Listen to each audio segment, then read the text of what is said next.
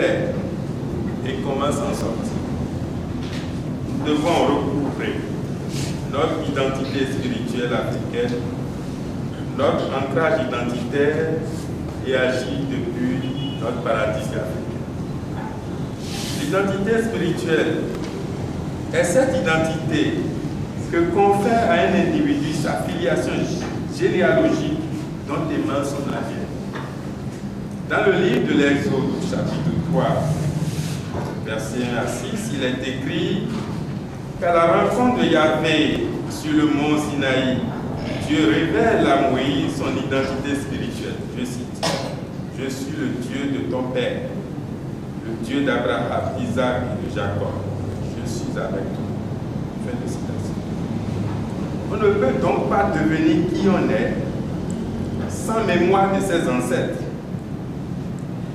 On entre dans son histoire personnelle en entrant dans l'histoire de ses ancêtres pour assumer la continuité de la lignée, en s'enracinant dans la tradition de ses ancêtres dès sa naissance, pour sa propre croissance jusqu'à sa mort, afin d'être uni à ses ancêtres pour la consolidation de la lignée. Dans le chapitre 8 de l'évangile de Jean, Jésus dit aux Juifs: « Si vraiment vous tenez votre identité de votre père Abraham, vous auriez reconnu en moi le Fils.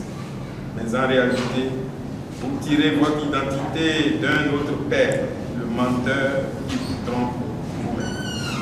Il en ressort de ce qui précède que mon identité, je la trouve en celui qui m'a engendré, de mes ancêtres et non d'autres ancêtres. Je me trompe donc lorsque je calque mon identité sur celle d'un autre ancêtre. La question qui suis-je pourrait être formalisée en ces termes: de qui je suis fils, fille? Suis-je européen, asiatique ou africain? En vérité, l'Africain est fondamentalement un être obscur ou mystique. C'est son identité fondamentale. Les autres peuvent parler du développement ou de la liberté démocratique tel qu'ils le conçoivent et le font en donnant une gifle publique à leur président, comme le président Emmanuel Macron en a été victime le mardi 8 juin 2021 lors de son déplacement par un citoyen français qui, lors de son audition, a reconnu être l'auteur de la gifle présidentielle et sans autre forme de contrition. Si ces actes qui sont indécents en Afrique sont possibles en Europe, c'est parce que la terre européenne est en accord avec cette humiliante violence parricide, et de tels agissements ne chagrinent guère les ancêtres occidentaux. Mais tel ne saurait être le cas sur la terre africaine, s'agissant d'un Africain, parce qu'Africain, il ne pourrait même pas avoir une telle inspiration en raison de son identité. Et quand bien même le hasard le permettrait, les mains des ancêtres africains régleraient sans délai un tel cas. Le développement sur le continent africain par les Africains et avec les Africains ne peut se faire qu'à travers l'identité spirituelle de l'Afrique. Pourquoi? Parce que la terre sur laquelle l'Africain se trouve est cette terre sur laquelle les ancêtres ont déjà fait des expériences multiples et multiformes pendant des millénaires, pendant des milliers d'années. Cette terre veut que les personnes qui y habitent et dont elle est un cordon ombilical aient un certain type de comportement et fassent preuve de la clairvoyance dans l'obscurité. Que ces Africains retrouvent d'abord cette identité spirituelle, leur capacité extrasensorielle, et qu'ils soient en mesure de se diriger et de diriger le monde. Donc, l'Africain ne peut pas se développer en dehors de sa spiritualité, ce n'est pas possible. Tout développement en dehors de sa spiritualité sera biaisé, et ce n'est pas du développement, mais de l'enveloppement. Parce que cette croissance ne proviendra pas de ce qui définit son intégrité en tant qu'être noir. Ce qui définit l'intégrité de l'Africain en tant qu'être noir, c'est qu'il est un être de l'obscur, capable de percer les mystères de l'obscurité. Il n'est pas un être vulgaire, il est un être humain. Il est un véritable homme. Un homme véritable est l'homme obscur. Ne le prenez pas dans son sens péjoratif, car c'est de l'obscurité que vient la lumière et non le contraire. C'est tout simplement un homme noir, un cabrit. C'est-à-dire l'individu qui voit dans la nature secrète des choses, et dans la nature secrète des choses, la nature secrète sacrée des choses, la sainte nature. Quand vous retrouvez cette identité-là, et vous travaillez avec cette identité, et vous travaillez à partir de cette identité-là, vous allez voir que vous êtes sans limite et vous êtes inattaquable. On ne peut pas vous arrêter, tout simplement parce que vous agissez à partir de ce que vous êtes profondément. L'identité de notre spiritualité, il s'agit en fait de la science même, de la nature qui définit ce que nous sommes. Parce que si l'Africain n'est pas conscient de cette vérité, il ne donnera pas à sa mélanine l'impulsion qui lui permettra de l'aider à sortir de son propre conditionnement. Parce que c'est justement cette dimension intrinsèque de notre code identitaire qui est profondément spirituel, qui permettra à notre mélanine d'avoir son implosion et ensuite son explosion pour le bénéfice des uns et des autres. De ce point de vue, il y a généralement trois paradigmes de l'Esprit. Il y a le paradigme occidental qui fascine les élites africaines, le paradigme asiatique qui est aujourd'hui le paradigme alternatif et le paradigme africain qui n'est plus dans notre radar, dans notre logiciel. Le paradigme occidental est le paradigme cartésien, fondé sur la division des parties complexes afin que l'esprit, en les divisant, les comprenne progressivement pour en faire une amarture générale. C'est cela la méthode cartésienne ou ce qu'on appelle la rationalité. Dans le paradigme africain, la pensée africaine fonctionne autrement. La pensée africaine ne divise pas les parties. Elle tente de comprendre la totalité afin de restaurer les parties dans leur totalité. Donc, les méthodes d'approche de la réalité sont différentes. D'un côté, il y a une approche qui catégorise, divise, pulvérise et réoriente au nom de sa propre rationalité toutes les autres rationalités en espérant que ce faisant, qu'elle va les dominer par sa propre approche. C'est pour cela que Descartes nous disait que l'homme est maître et possesseur de la nature. En Afrique, l'homme ne peut pas être maître et possesseur de la nature, puisque l'Africain estime que la nature est indépassable.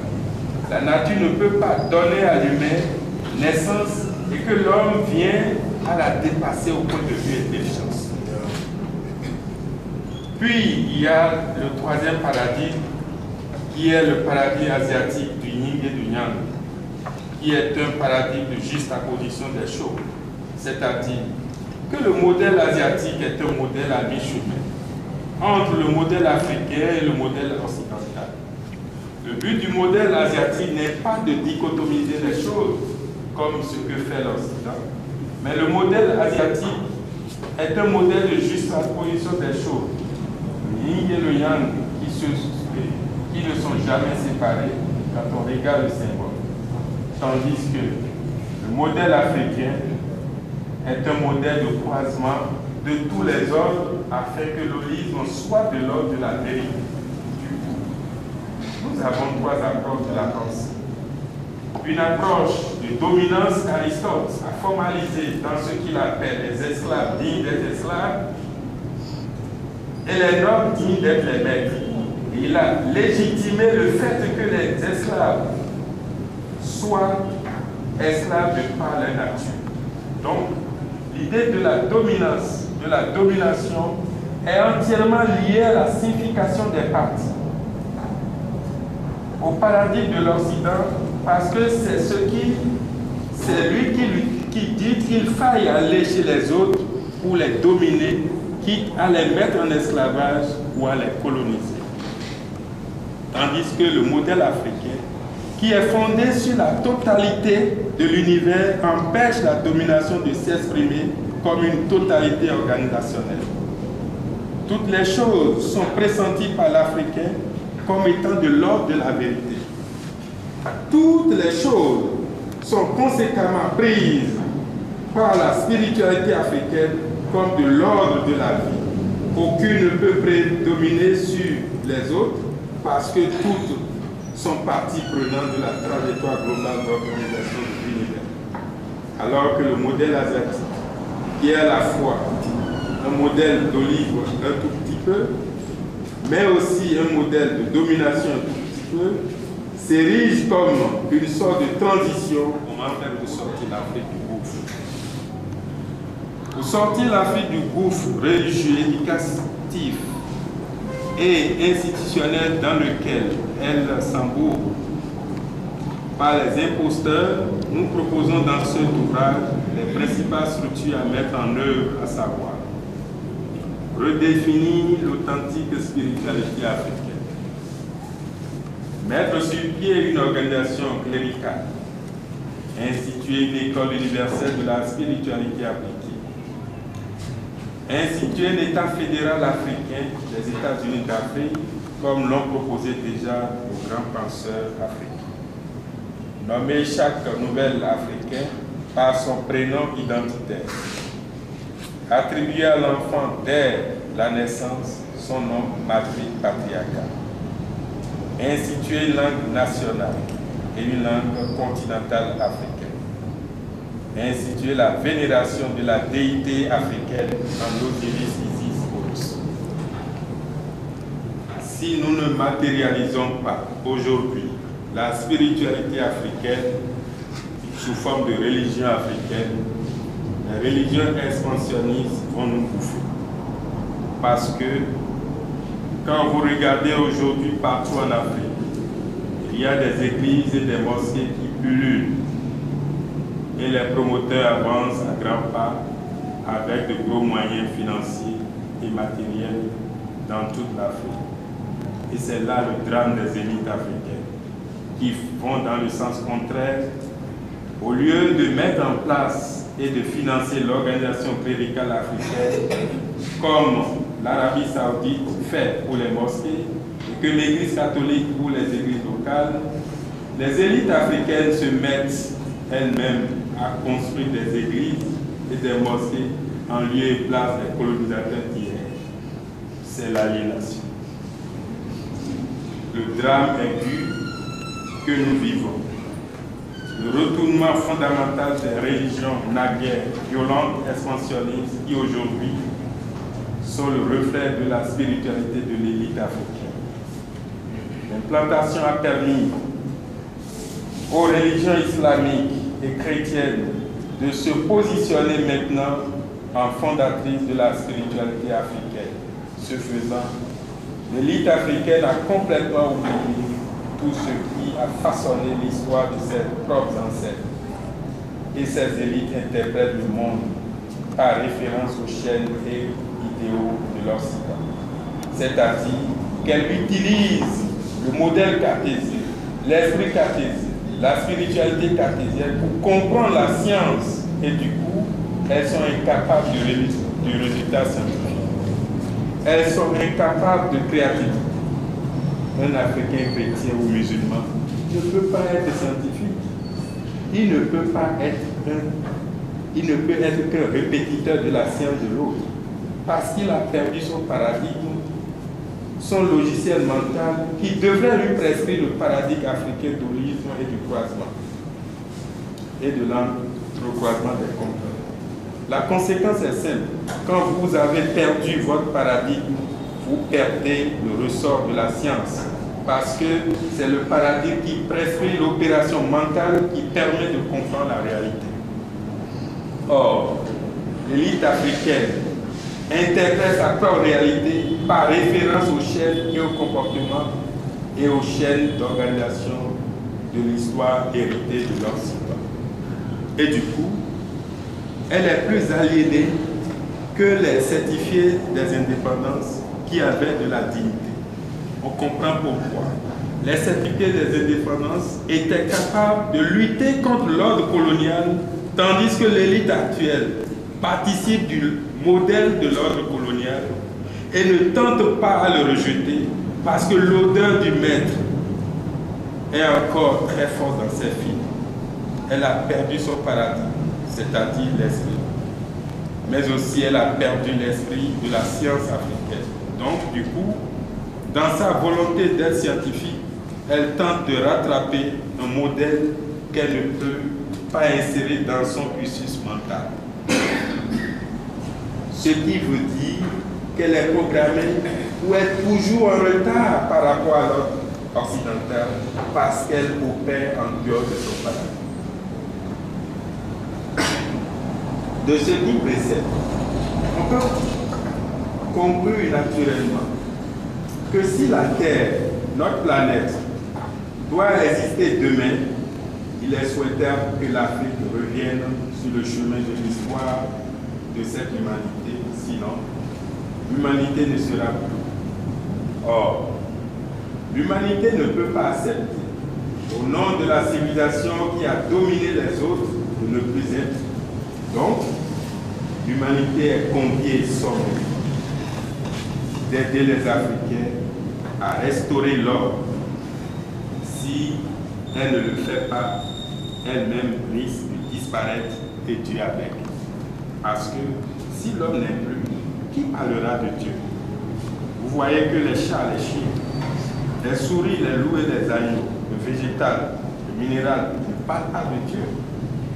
Ils sont préoccupés par leur survie et leur existence. Seul l'homme parle de Dieu. Dieu a donc intérêt à restaurer l'Afrique pour que l'humanité continue à parler de Dieu. Si les dinosaures avaient été détruits par un météorite afin de préparer l'arrivée de l'homme que nous sommes aujourd'hui sur Terre, cela veut dire que si cet homme que nous sommes aujourd'hui n'aménage pas les conditions probantes pour la survie de l'humanité, l'homme va disparaître. Donc, il y a un seul choix. Soit Dieu accepte que les Africains, les premiers hommes qu'il a émanés, redeviennent les maîtres, les guides de l'humanité, comme auparavant, soit lui-même accepte qu'on ne parlera plus de lui. Comme je connais les projets de Dieu, Dieu accepte déjà que les Noirs reprennent la guidance pour sauver l'humanité.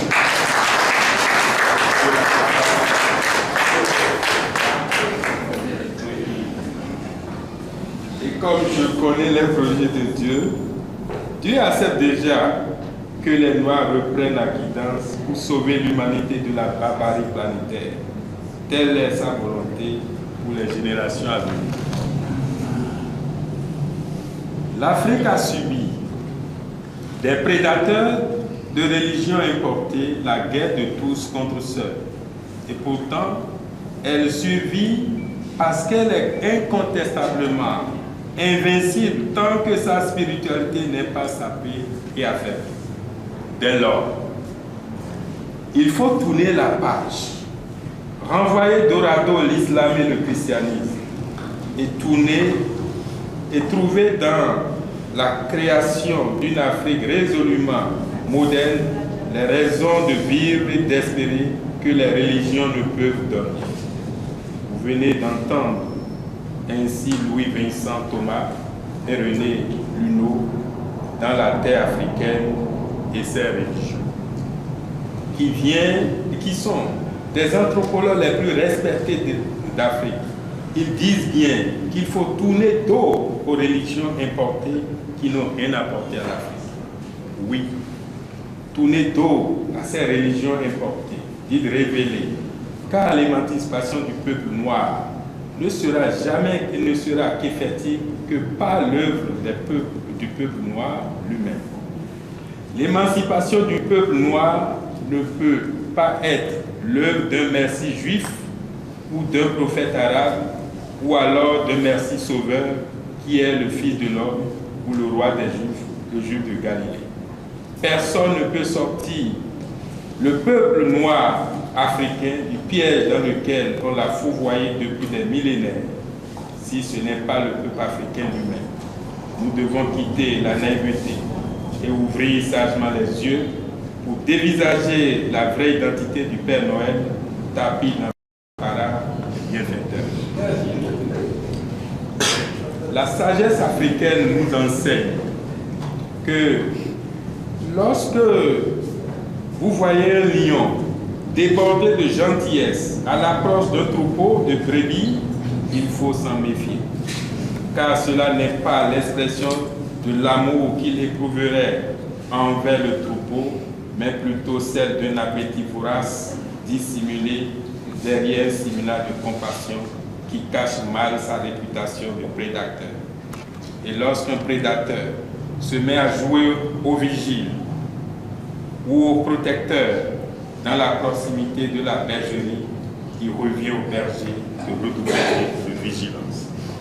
Peuple africain, puis dans la sagesse de tes ancêtres et sois vigilant, car les prédateurs font semblant de jouer au médecin perpétuel au chevet de leur patient éternel qu'est l'Afrique. Ils sont des moniteurs permanents auprès du conducteur du véhicule, l'Africain, qui pourtant détient son permis de conduire depuis des lunes. Ils sont des chauffeurs de bus et ne souhaitent jamais voir l'Africain conduire lui-même sa propre voiture. Ce sont des chats qui veillent sur la crinière de la souris au nom de l'amour du prochain. Ce sont des lions qui apportent des aides douces au gibier au nom de l'entraide. Ce sont des loups qui veulent sauver l'agneau du pur au nom de la coopération.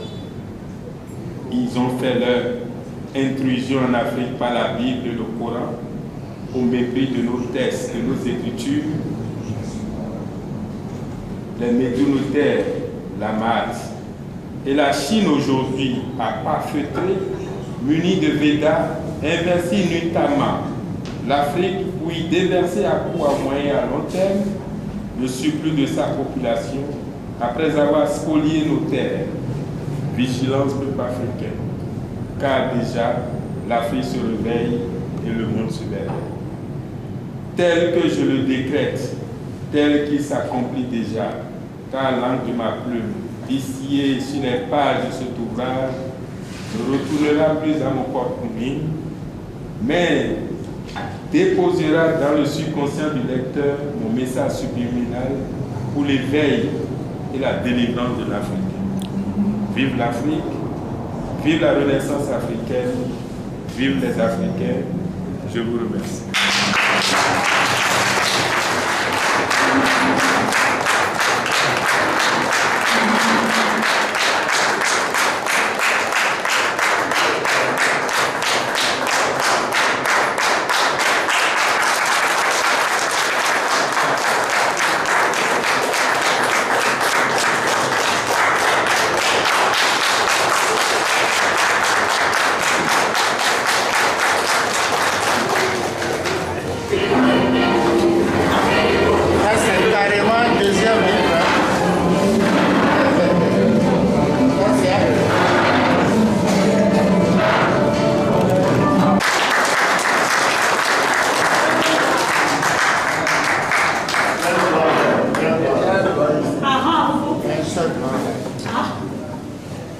Bonjour, bonsoir. Je suis très ému. Je suis triste. Je suis triste parce que regardez le nombre que nous faisons dans la salle. Regardez ce discours philosophique et fondateur. Ce discours de développement. Ce discours intellectuellement fort et puissant. Ce discours sera assimilé où? Demain, nous serons tous à l'église. Nous serons tous là-bas. Et aucun pasteur, aucun prêtre ne va accepter que ce discours passe. Moi, j'ai définitivement compris le sort de l'Afrique quand j'ai soutenu ma thèse. J'ai mis 7 années pour montrer que nous pouvons partir de ce que eux ils appellent sorcellerie, des côtés positifs de ce truc pour nous développer, mais ils ont fait de moi un vulgaire sorcier malfaisant.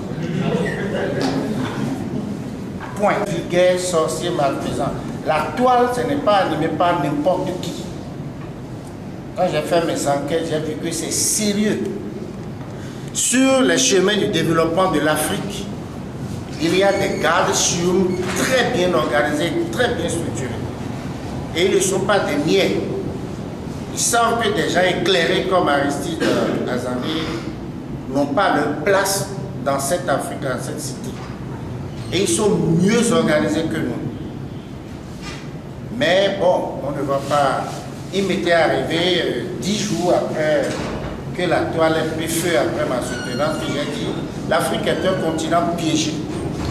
Et tout ce qui peut mener, tous les chemins qui peuvent mener à son développement sont des chemins où il y a des gens armés, prêts à tirer sur le peu de fils qui pense à son développement. Ça, c'est le discours de Thomas Sankara, de Patrice Emery Lumumba et de toutes ces personnes-là. C'est un discours fédérateur, c'est un discours panafricaniste, c'est un discours philosophique, c'est un discours programme, c'est un discours diagnostique. Mais qui est-ce qui va l'appliquer? Qui est-ce qui va le lire? Qui est-ce qui va l'écouter? Je ne sais plus, 3 points de suspension. Et bravo, bravo.